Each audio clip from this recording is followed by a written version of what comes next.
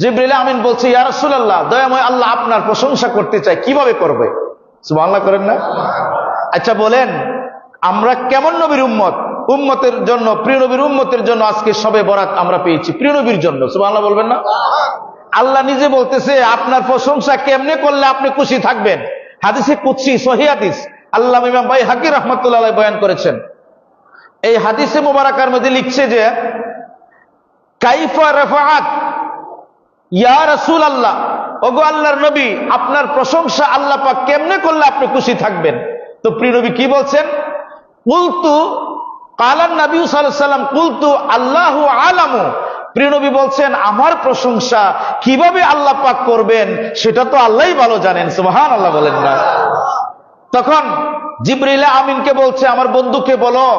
আল্লাহ পাক ওহী করে দিলেন প্রিয় নবীর কাছে, জানিয়ে দিলেন যে আমার বন্ধু কিভাবে আপনার জিকির করব আপনাকে আমি একটু শোনাই, আপনি যদি খুশি হন তাহলে এইভাবেই আপনার জিকির করব। জিকিরটা কি? যুকিরতু ফাইজা যুকিরতু যুকিরতা মাই, যখন আমার নাম স্মরণ করা হবে আর আপনার নাম যদি স্মরণ করা হয় সেটা আমার স্মরণ হয়ে যাবে, আমার জিকির হয়ে যাবে। আপনার জিকির, আপনার আলোচনা, আপনার মহব্বতটাই আমার আলোচনা, আমার জিকির, আমার মহব্বত। বলেন সুবহানাল্লাহ।